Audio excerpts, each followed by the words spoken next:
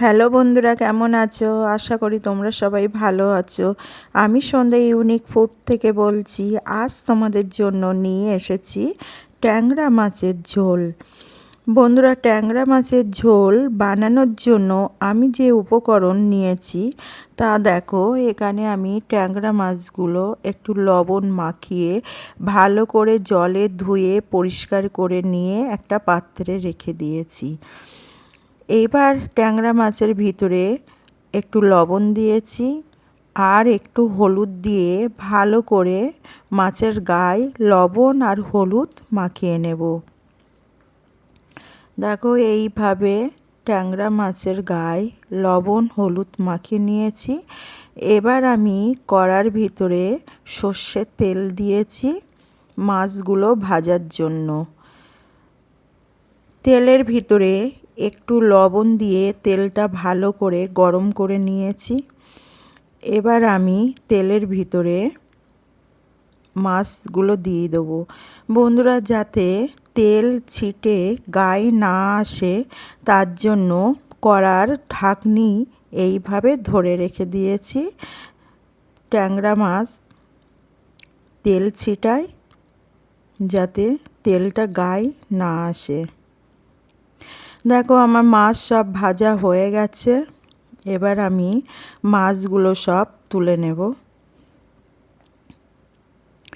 এইভাবে মাছগুলো এক এক করে কড়া থেকে সব তুলে নেব। কড়ার মাছ ভাজা তেলের ভিতরে আমি বেগুন ভেজে নেব।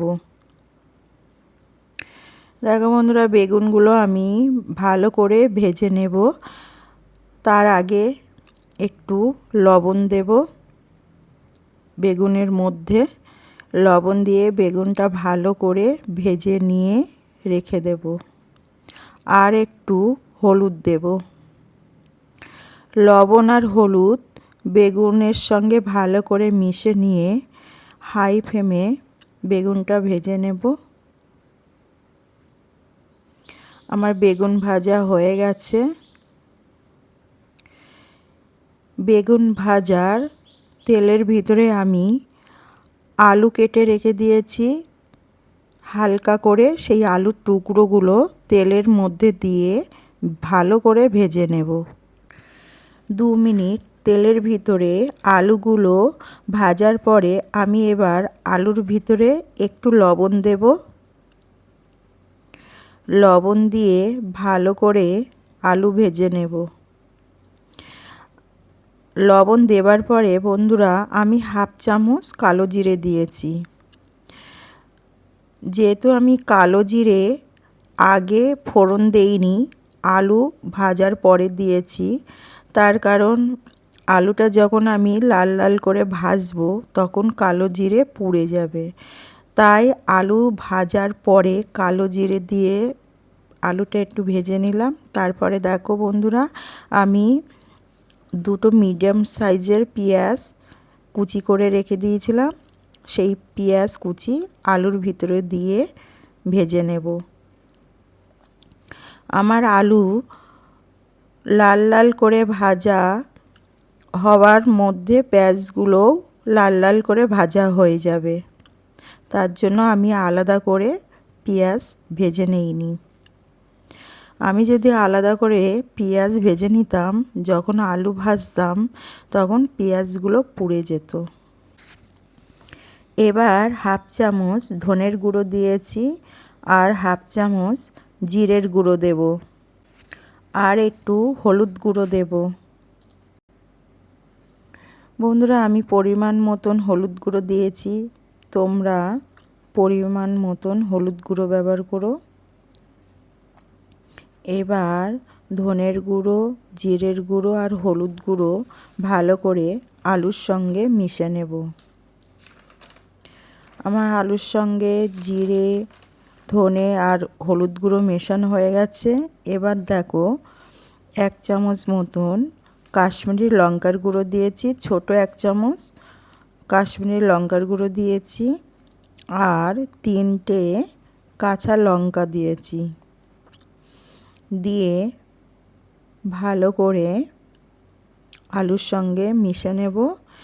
এবার আমি আগের থেকে একটা বড় সাইজের টমেটো কেটে রেখে দিয়েছিলাম, সেই টমেটো আলুর ভিতরে দিয়ে ভালো করে নাড়াচাড়া করে নেব। এখানে বন্ধুরা টমেটোগুলো আস্ত রেখে দেব। আমি 5 মিনিট গ্যাসের ফ্লেম লোতে রেখে আলুর সঙ্গে টমেটো কষে নিয়েছি, যাতে টমেটোগুলো গলে না যায়। দেখো বন্ধুরা, আমার টমেটোগুলো আস্ত আছে। আর আমি এখানে জলের পরিমাণটাও একটু কম দিয়েছি, তার কারণ আমার আলু ভাজাতেই সিদ্ধ হয়ে গেছে আর বেগুনও আগে ভাজা করা ছিল।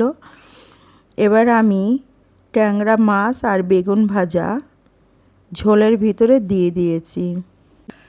5 মিনিট মতন ফোটাবো। 5 মিনিট ফোটানোর পরে আমি একটু স্বাদ মতন চিনি দেব। চিনি দিয়ে ভালো করে ঝোলের সঙ্গে চিনিটা ফুটে নেব। আমার চিনি ঝোলের সঙ্গে মিশে গেছে বন্ধুরা। এবার আমি গ্যাস থেকে কড়া নামিয়ে নেব। বন্ধুরা, আমি খুব বেশি ঝোল রাখবো না, আমি একটু অল্প ঝোল রাখবো, তাই একটু ফুটিয়ে নিচ্ছি। আর দেখো টমেটোগুলো আস্ত আছে, ঝোলের সঙ্গে গলে যায়নি। বন্ধুরা, আমার এই রেসিপিটা তোমাদের কেমন লেগেছে তোমরা অবশ্যই কমেন্টে আমাকে জানিও। আর আমার এই ভিডিওটা যদি তোমাদের ভালো লাগে তবে তোমরা তোমাদের বন্ধু বান্ধবী আত্মীয় স্বজন সবার মধ্যে শেয়ার করে দিও। আর যারা এখনও আমার চ্যানেলটা সাবস্ক্রাইব করোনি তারা অবশ্যই আমার চ্যানেলটা সাবস্ক্রাইব করো। আর আমার ভিডিওটাতে একটা লাইক দিয়ে তোমরা সবাই আমার পাশে থেকো। বন্ধুরা, কাল আবার দেখা হবে নতুন একটা রেসিপি নিয়ে। তোমরা সবাই ভালো থেকো, হাসি খুশিতে থেকো আর নিজের পরিবারের দিকে খেয়াল রেখো।